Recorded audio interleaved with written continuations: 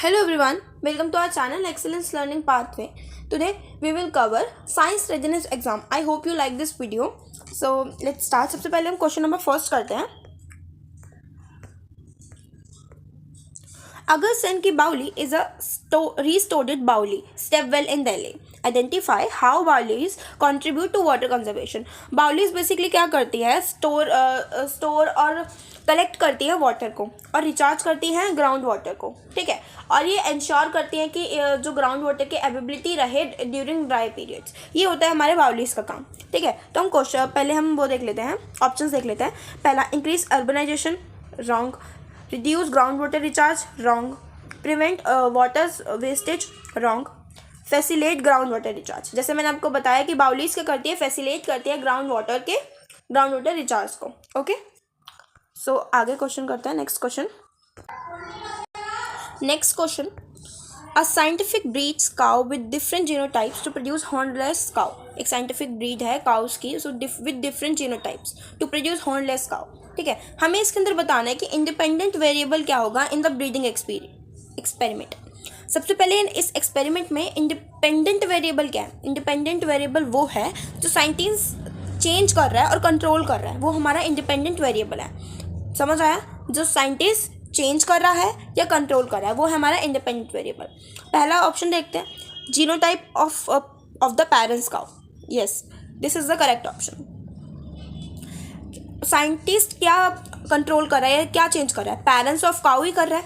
Like वो genotype बना रहा है. अगर वो ब्रीड करवा रहा है तो ऑब्वियसली 2 काउ होंगी, उसी से तो आगे हॉर्नलेस काउ प्रोड्यूस होंगी. तो पेरेंट्स ऑफ काउस क्या है? Option is correct. समझ आया? इंडिपेंडेंट वेरिएबल भी समझ आ गया होगा, आई होप. तो इसका आंसर है ऑप्शन ए. नेक्स्ट कर, आरएफ सेटअप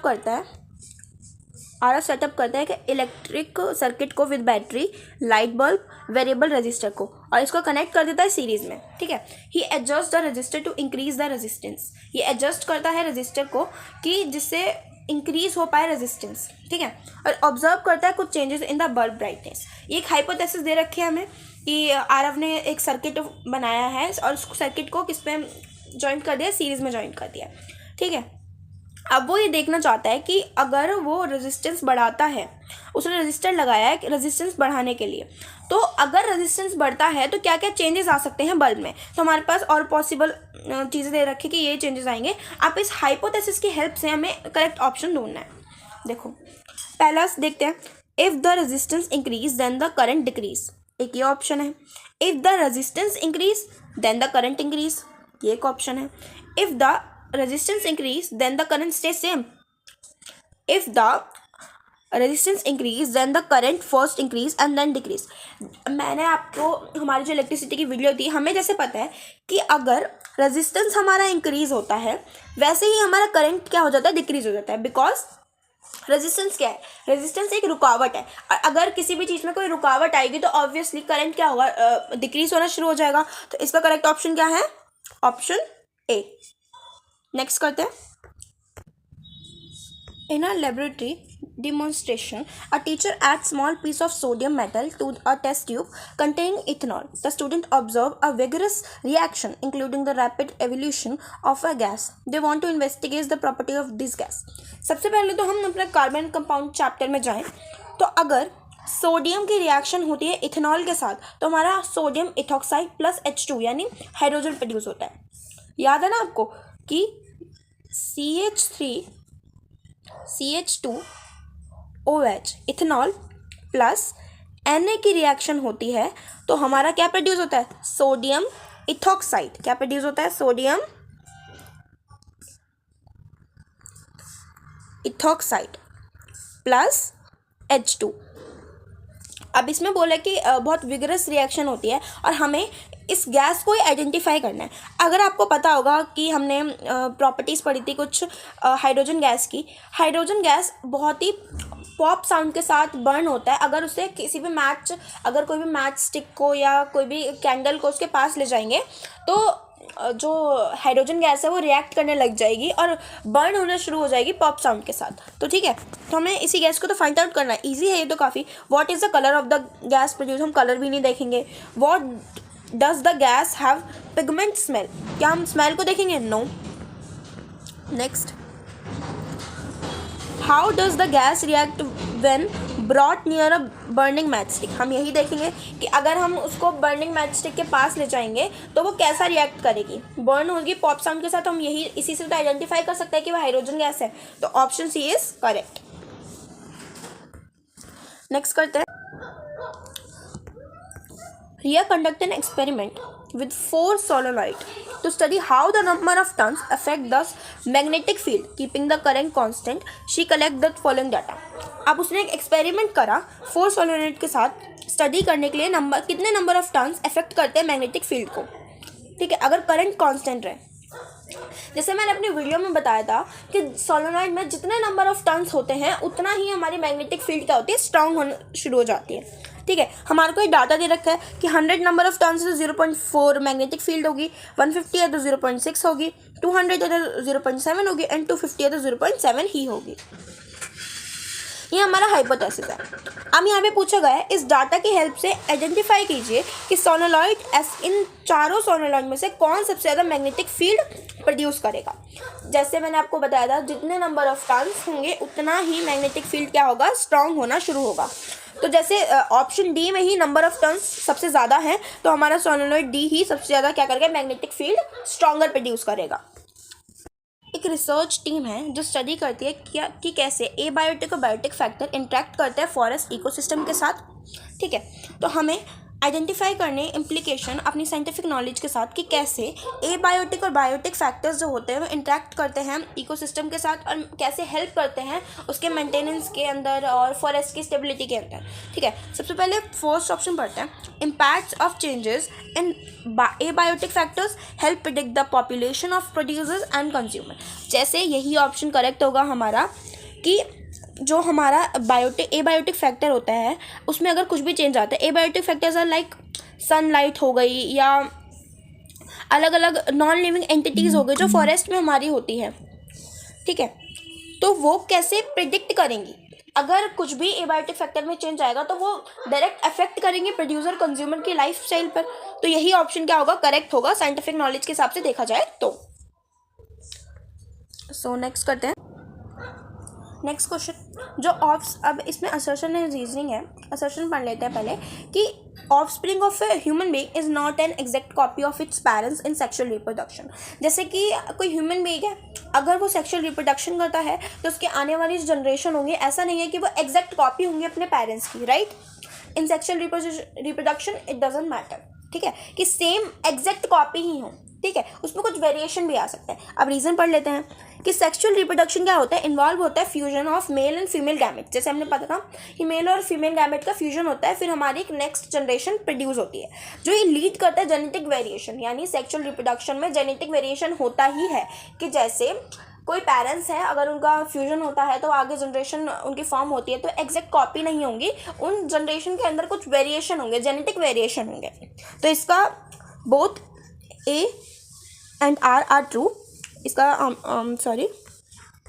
करेक्ट ऑप्शन होगा A, both A and R are true, दोनों ट्रू हैं और आर करेक्ट एक्सप्लेनेशन है हमारे ए की। अब है जो क्लोरोफ्लोरोकार्बन है वो डिप्लीट करता है ओजोन लेयर को और ये क्या बनता है, कॉज करता है global health and environmental concern को। अब क्या क्लोरोफ्लोरोकार्बन जो होता है उसका ओजोन डिप्लीटेशन में क्या रोल रहता है। पहला ऑप्शन है chlorofluorocarbon absorb UV radiation and protect the ozone layer, wrong. Chlorofluorocarbon release chlorine atoms that destroy ozone molecule, this is the correct option.